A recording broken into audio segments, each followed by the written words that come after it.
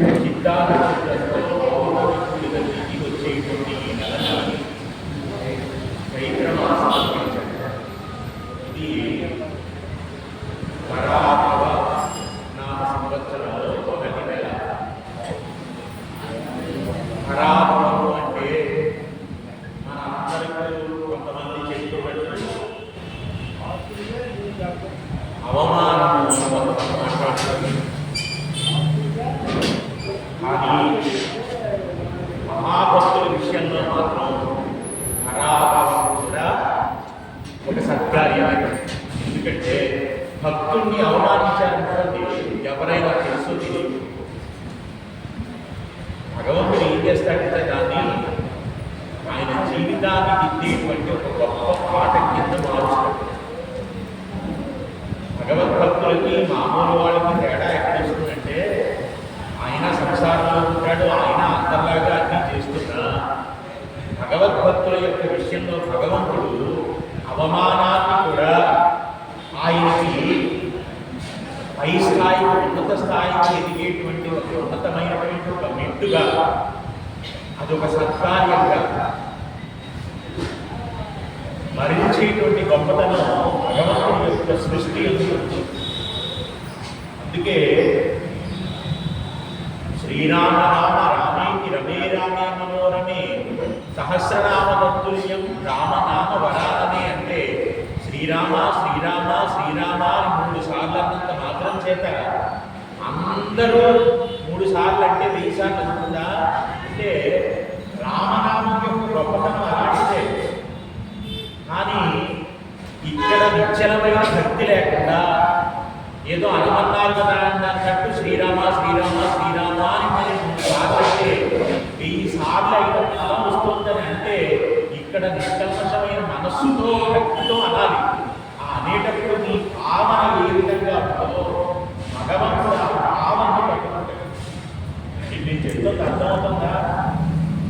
ఏ భావనతో మీరు భగవంతుడిని స్మరిస్తున్నారో ఆ భావననే భగవంతుడు మూలంగా తీసుకుంటాడు తప్ప అందరూ శ్రీరామ శ్రీరామ శ్రీరామ అని 3 సార్లు అంటే 1000 సార్లు అవ్వదు. ఎలా స్మరిస్తే 1000 సార్లు అవుతుందో అన్నదానికి ఉపోద్ఘాతం కూడా మనకు చూపిస్తున్నాడు. మహానుభావులైనటువంటి భక్తుల యొక్క మనస్సు అది శ్రీరామ అన్నా జగన్మాత అన్నా ఏ నామాన్ని మీరు ఉచ్చారణ చేస్తున్నా మీరు ఆపత్కాలమునందు ఎలా మనస్సు పెట్టి భావించి ఆయన్ని పిలుస్తున్నారో ఆ క్షణంలో మీ భావ పరివర్తనని బట్టి మీకు ఆ ఫలం కలుగుతుంది. కాబట్టి అందుకే మహానుభావుడు గోవింద గోవింద అంటే మనసా అని చెప్తారు.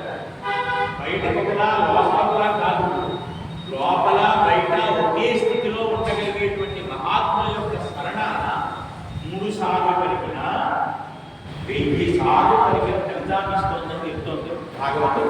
కాబట్టి ఒక విషయాన్ని ప్రస్తావన చేస్తే దాన్ని చాలా తొందరగా పట్టుకొని ప్రయత్నం చేస్తారు. పైగా ఇది కలియుగం కాబట్టి ఈ కలియుగంలో చాలా తొందరగా ధరించడానికి కావలసినటువంటి నామం ఏదైనా ఉంటే తేలిగ్గా అది ఒక్క రామనామమే. మీకు అర్థమవుతుందా? అమ్మ దయ ఉంటే అన్నీ ఉన్నట్టే అని మనం ఒక హెడ్డింగ్ పెట్టుకున్నాం కదా. మీరు రాముడి గురించి మాట్లాడుతున్నారు ఏంటంటే మన దేవాలయం ఆంజనేయ స్వామి దేవాలయం. శ్రీరామ నవమి వెళ్ళినటువంటి పౌర్ణమి తర్వాత వచ్చేటువంటి తదియా చవితి ఇవాళ 2 నిక్షిప్తమై ఉన్నాయి. కాబట్టి నామం ఏది పట్టుకున్నామన్నది కాదండి, ఎంత నమ్మకంతో పట్టుకున్నామన్నది మాత్రమే అసలైనటువంటి నిర్ణయం.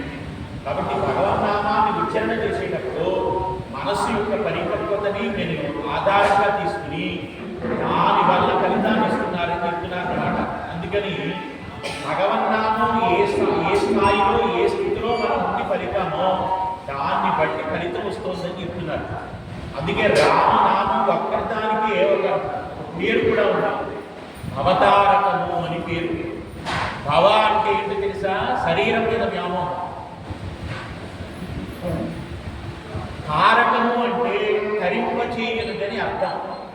భవతారకము అంటే శరీరం మీద ఉన్న భావం పోయి లోపల ఉన్న రాముని మీద ఉన్న భావన మీకు ఎవరికి గురి బాగా గురి పలుకుతుందో వారి పట్ల ఈ నామము అవతారకమై ప్రజ్వలిస్తోంది. అంత గొప్పది రామనామం. తెలిసి కానీ తెలియక కానీ కలిగితే అది సమస్త రోగాలని ఉపశమింపజేస్తోంది. కాదు కాదు ఏం చెప్పారంటే తారకము అంటే తరింపజేయని చెప్తున్నాం కదా. ఇప్పుడు తెలుసో తెలియకో రామ రామ రామ అనడం మీరు అలవాటు చేస్తున్నారు. కూర్చున్నా రామనామం పలకడం మీకు ఉచ్చారణ అయిపోతుంటే అది మిమ్మల్ని ఎలా గట్టెక్కిస్తుందంటే ముందు రా అంటేనట ద్వేషాలన్నింటినీ బయటికి తీసుకువెళ్ళిపోతుంది. ఇప్పుడు మా అంటే మళ్ళీ మన లోపలికి అవి ప్రవేశించకుండా ఉండేటువంటి శక్తిని మీకు అనుగ్రహిస్తుంది అనమాట. రామ అంటే ఇందాక ఎవరో చెప్తున్నట్టు మన పూర్వీకులు ఏమన్నారంటే ఇది శరీరము ఒక చెట్టు. శరీరం ఏంటి? ఒక చెట్టు. దీని మీద వాలిన పక్షులు ఏంటో తెలుసా? పాపము అనేటువంటి పక్షులు. ఇప్పుడు దీన్ని ఈ పక్షులు ఎగిరిపోవాలి, చెట్టు మాత్రమే ఉండాలనుకోండి. ఏది చేసినా హడావుడి చేసి మీరు కేకలేస్తే అవుతూ.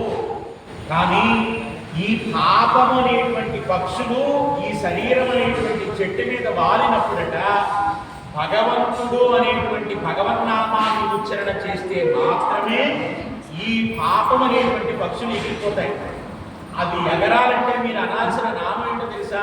రామ అన్న నామాన్ని మీరు ఉచ్చరణ చేస్తే ఈ అనేటువంటి ఈ శరీరం మీద ఈ పాపం అనేటువంటి చెట్టు మీద వాలినటువంటి పక్షులు రామనామోచ్చరణ చేత సమస్తాన్ని ఎగిరిపోయి ఇక మళ్ళీ ప్రవేశించడానికి కూడా సత్యం కానంత గొప్ప శరీరం ఈ శరీరం కింద మారుతుంది. ఎందుకనంటే రామా అని మీరు ఉచ్చరణ చేసిన మరుక్షణం ఇక మళ్ళీ పుట్టవలసిన అవసరం లేని స్థితికి మిమ్మల్ని ఎదిగింపజేసే అంత గొప్ప స్థితి రామనామోచ్చరణ వల్ల కలుగుతుందని చెప్తున్నారు. అందుకే ఒక్కసారి చెప్పండి, బోలో సీతారామచంద్ర ప్రభుకి, శ్రీరామ భగవానికి.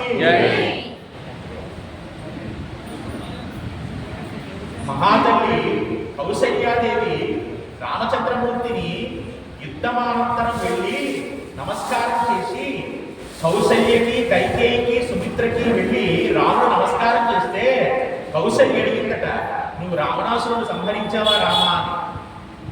రాముడు ఏం సమాధానం చెప్పాడు తెలుసా? ఎవరన్నా అయితే ఏం చెప్తాడు?